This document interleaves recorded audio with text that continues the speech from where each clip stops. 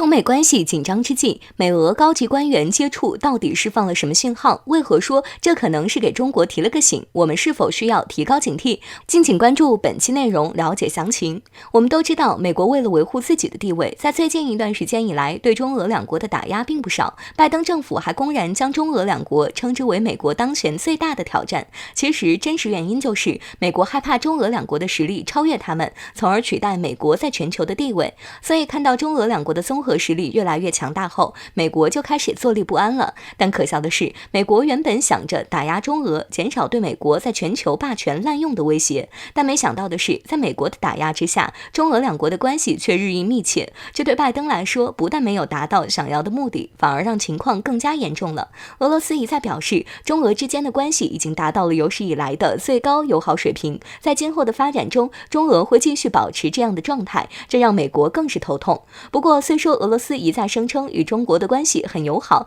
但是最近他们似乎也开始与美国走得更近了。据相关消息报道，近日俄罗斯联邦安全会议秘书尼古拉·帕特罗舍夫在莫斯科会见了美国中央情报局局长威廉·伯恩斯。当前美国媒体暂未公开双方高官会晤的相关消息，但是俄罗斯官方媒体第一时间报道了这件事。以此可以看出，虽然说俄罗斯表面上与美国的关系非常僵硬，但从这样的举动上也能表明其实真实的关系并没有那么负面，双方还可能存在重大交易。那么如今中美关系不断升温，俄罗斯声称和中国友好，跟美国却也保持往来，那我们是否需要提高警惕呢？对此有相关分析人士认为，其实美俄会晤我们并不用担心，因为他们的关系远远没有中俄之间的关系硬。以中俄当前的友谊，俄罗斯肯定还是会站在中国身后的，因为美国的本性难移，俄罗斯也清楚地知道这一点。此外，俄罗斯总统普京在前不久还坚定地宣称，中国才是俄罗斯最值得信赖的合作伙伴，所以我们根本不用担心这一点。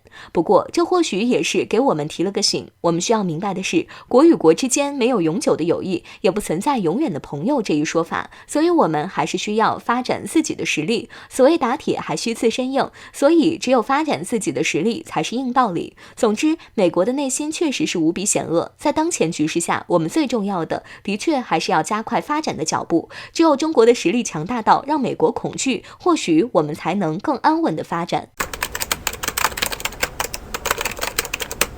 美国霸权要被终结了吗？世界格局已经开始变天，中美俄三足鼎立。为何说美国高级将领承认世界已经不再是美国说了算？敬请关注本期内容，了解详情。随着中俄实力的迅速崛起，美国政府感到了空前的压力，因为美国已经习惯了自己在世界上美国最大的思想，所以看到中俄实力对美国步步紧逼的时候，他们便感到非常不适应，因此就想方设法的从各个领域针对中国，试图用霸权来压制中俄，迫使中俄屈服于美国，因为毕竟这是美国惯用的招数。但是美国还不明白的是，如今的时代已经改变了，国际局势已经开始变天。虽说美国当前还是世界第一超级大国，但是那个美国可以只手遮天的时代已经过去了。如今中国和俄罗斯的实力也迅速扩大，而且中国在很多领域的发展已经超越了美国，所以美国还想一直称霸世界，那肯定是不可能的。不过最近美国高级将领、美军参谋长联席会议主席马克·米利似乎明白了这一点。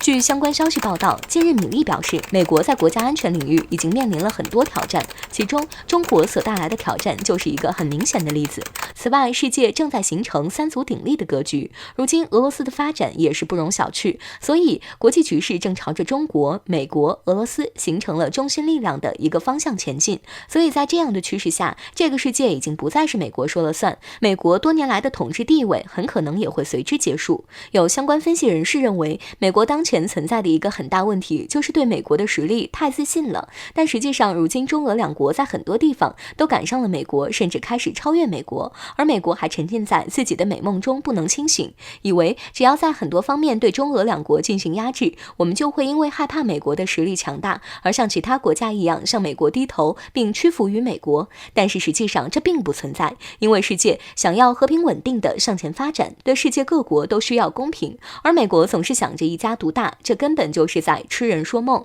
所以美国还是早日清醒为好。总之，我们还是奉劝美国，奉劝拜登，如今的国际局势已经变天，我们也能看到美国当前的发展并不是很顺利，所以还是早日放弃与中俄两国作对的想法。美国应该坦然地接受中俄变得越发强大的这个事实，因为只有和我们合作，才是美国现在最好的出路。如果执迷不悟，还要妄想统治世界的话，那对美国来说没有一点好处。乌克兰军方发生罕见事故，为什么会出现这样的情况？乌克兰如今到了这种局面，俄罗斯军方却还要狠踩。敬请关注本节目。据媒体报道，近日有多名乌克兰士兵在罕见事件中伤亡，另外还有军事设施和武器被毁。据知情人士透露，乌克兰军方正在准备冬季作战的军事武器装备时，由于人员的失误和恐慌情绪，导致了发生了疏忽和失误，最终乌克兰的防空系统起火。随着火势的蔓延，防空系统和一辆弹药运输车等设施发生爆炸，2名试图扑灭大火的乌克兰军方士兵丧生，另外5名士兵受伤严重。乌克兰军方就此事拒绝发表任何的评论，也并未做出任何的解释。防空系统作为国家重要的军事武器，相信任何国家的军队都会非常小心妥善的管理和使用。在全世界都很少听说过有发生过这样的情况，而且还造成了人员的伤亡和军事武器装备的损失，这并不是一件正常的事情。那么为何乌克兰军方会突然出现如此大的失误呢？首先，近日俄罗斯陈兵近10万大军在乌克兰边境，给了乌克兰军方无比巨大的压力，更是令乌克兰人心惶惶。乌克兰国防部也乱成了一锅粥，先是否认有俄罗斯军队在乌克兰边境，不到1天的时候，突然态度180度转变，又承认了有俄罗斯的大军在乌克兰边境。乌克兰国防部朝令夕改，这样就把恐慌的情绪带给了军队。其次，据可靠消息，近日乌克兰国防部部长辞职等，另外有5名高官被卸职，这其中还有乌克兰副总理也主动递交了辞呈。这么多重要人物辞职，道理也非常简单，这些人有可能都感觉到俄罗斯这次可能真的会向乌克兰动手，而乌克兰的实力根本无法抵挡住俄罗斯，所以提前辞职，避开危险的局面。而且这么多高官的举动会给乌克兰军队带去更大的负面情绪，毕竟连国防部部长和那么多官员都跑了，怎么可能打得赢俄罗斯？相信很多士兵都会有这样的想法，所以乌克兰军方的士兵估计现在都是心不在焉，慌乱不已的。发生这样的失误也并不稀奇了。如果乌克兰再不能控制住这样的恐慌情绪，或许就会发生更大的事故了。俄罗斯军方人士就表示，乌克兰如今这样的局面，人民害怕，军队也害怕，现在的乌克兰简直就是不堪一击，这也是对抗我们俄罗斯的结果。乌克兰现在真的是岌岌可危，到了最为关键的时刻，可是也并没有看到西方国家出来大力支持乌克兰的。难道乌克兰真的成为弃子了？到底乌克兰会变成什么样？我们也只好拭目以待了。中国航天及凡尔赛1周3发火箭，为什么会说有点让人消化不良？敬请关注本期节目。中国航天近年来成就斐然，航天发射任务是不断的增多。正是因为这些优异的表现，中国航天被大家亲切地称为老凡尔赛了。这不，随着最近的一次卫星发射成功，网友们又热闹起来了。据环球时报报道，11月6号11时，西昌卫星发射中心再次成功地将3颗卫星送入了预定轨道。随之，各种凡尔赛就纷纷开始上演。有网友表示，时间过得好快呀，回想起上次火箭发射好像就在昨天。更过分的网友表示，距离上次发射成功已经过了1天。确实，近年来我国航天发射任务是越来越频繁了。就拿最近1周来说，酒泉打完太原打，太原打完西昌打。中国航天在短短1周的时间里就完成了3次火箭发射任务，甚至在仅仅相隔1天的时间里完成了2连发的壮举。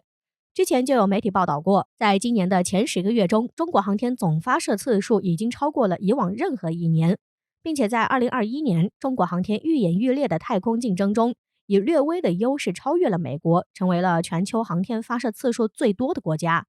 有网友指出，每周都有发射，真让人有点消化不良。这边刚准备为发射成功点赞，那边又传来了新的好消息，感觉中国航天任务有点像坐公交车一样简单方便了。要知道，在这些航天发射任务中，还包含了2次载人航天这种难度系数极高的发射任务。